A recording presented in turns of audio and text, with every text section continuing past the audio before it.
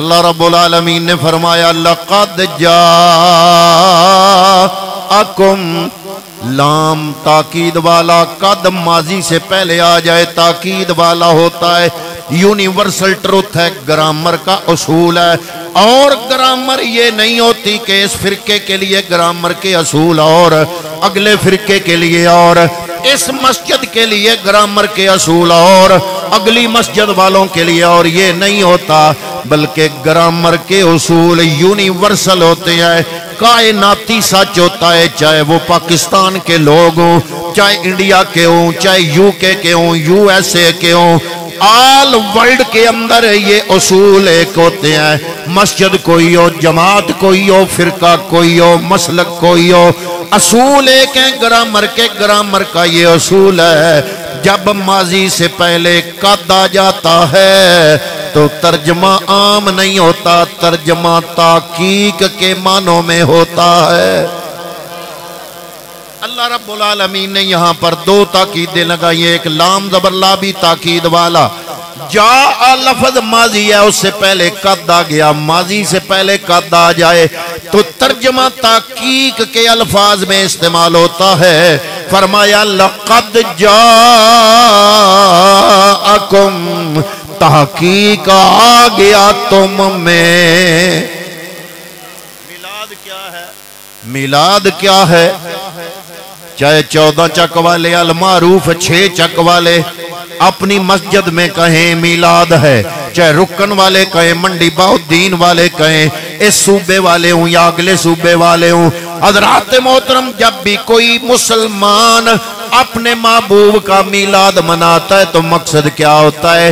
اپنے محبوب کے بارے میں، نبیوں کے امام کے بارے میں تذکرہ کر رہا ہے کہ حضور آ گئے۔ میلاد کوئی ہوا نہیں لوگوں نے جو بنایا ہوا ہے۔ نیٹ پہ آپ مختلف کلپ سنتے رہتے ہیں مختلف مکاتب فکر کے لوگوں کے، وہ کہتے ہیں کہ میلاد یہ ہے، میلاد وہ ہے۔ میں نے کہا میلاد کوئی ہوا نہیں، میلاد یہ ہے کہ مصطفیٰ کی آمد کا تذکرہ۔ اور یہ جو آیا ہے طیبہ میں نے آپ کے سامنے تلاوت کی، سورہ توبہ کی آیت نمبر 128 ہے۔ اللہ رب العالمین اپنے محبوب کی آمد کا تذکرہ خود بیان فرما رہا ہے۔ گویا کہہ سکتے ہو کہ رب خود میلاد مناتا ہے۔ بلکہ حضور نبی رحمت صلی اللہ علیہ وسلم جب حجت الوداع کے موقع پہ حج ادا کرنے کے لیے جب آئے، 1.25 لاکھ صحابہ کرام کی معیت میں حضور نبی کریم حج ادا کرنے مدینے سے آئے، سارے مسلمان ساتھ۔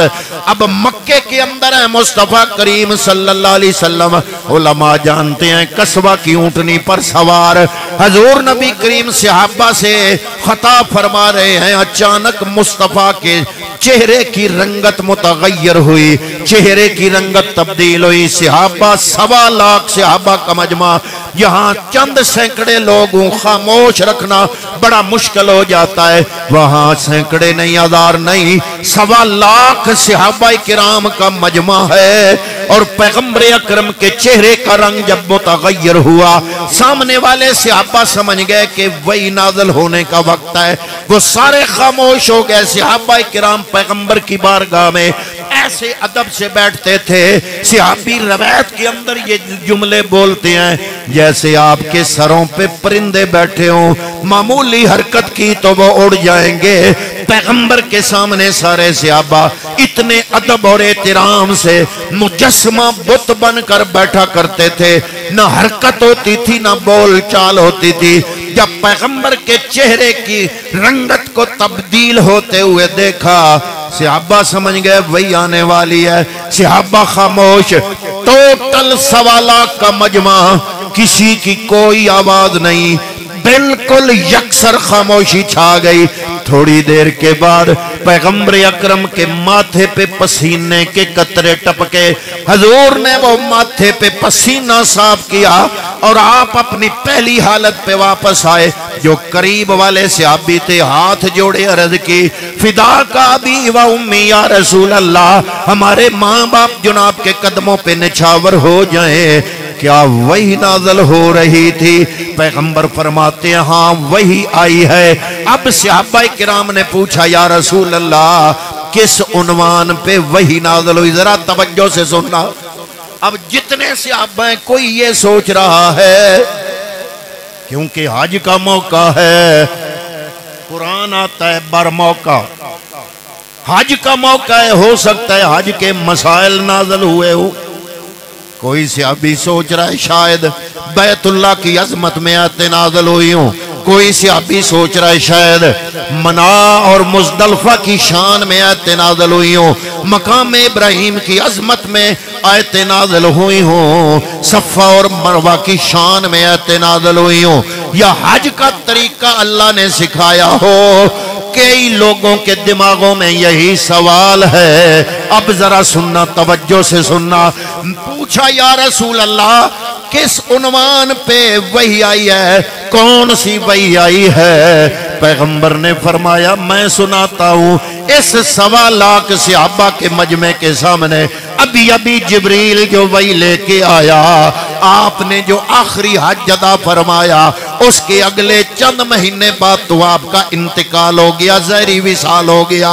حضرات محترم 40 سالہ مکے کی زندگی گزار بیٹھے، اعلان نبوت کے بعد 13 سالہ مکے کی زندگی، 40 اور 13 53 سال، 53 ایئر، 53 سال مکے میں گزارے، 9 سال مدینے میں گزارے، 53 اور 8 سال بھی کرو تو یہ 61 سال بنتے ہیں، نہیں تو 62 سال بنتے ہیں حضرات محترم، بلکہ اس سے بھی زیادہ بنتا ہے۔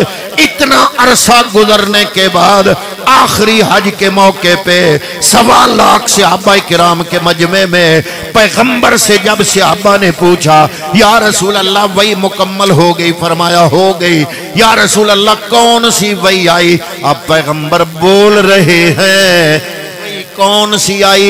فرمایا اللہ تعالیٰ فرما رہا ہے قد جاءکم من اللہ نور و کتاب مبین۔ فرمایا اللہ فرما رہا ہے 2 چیزیں آ گئیں، 2 چیزیں۔ یا رسول اللہ کون سی؟ فرمایا قد جاءکم من اللہ نور و کتاب مبین۔ اللہ کی بارگاہ سے 2 چیزیں آئیں، ایک اللہ کا نور آ گیا، دوسری کتاب مبین یعنی قرآن مجید آ گیا۔ اب آپ اندازہ لگائیں کہ پیغمبر نے 40 سال مکے میں زندگی گزاری اعلان نبوت سے پہلے، اعلان نبوت کے بعد 13 سال پھر گزاری، 40 اور 13 53 سال۔ 53 سال میں آپ مدینے کے 7 سال بھی اگر جمع کریں تو 60 بنتا ہے، 8 جمع کریں تو 61 بنتا ہے، لیکن پیغمبر نے 9 ہجری میں یہ جو حج آخری حج ادا کیا یہ 62 سال بنتے ہیں۔ اب مجھے جواب دیجئے، آج کا بندہ مسلمان لوگ اس سے پوچھتے ہیں حضور کب آئے کب آئے کب آئے؟ آپ خوشی آج منا رہے ہو، میں نے کہا مجھ سے نہ پوچھو، اپنے رب سے پوچھو کہ محبوب 62 سال پہلے آیا، 40 سال پہلے گزارے، 13 سال اعلان نبوت کے بعد مکہ میں گزارے، 9 سال مدینے میں گزارے، 62 سال گزارنے کے بعد رب فرما رہا ہے آ گیا تمہارے پاس اللہ کی طرف سے ایک نور آ گیا، ایک قرآن آ گیا۔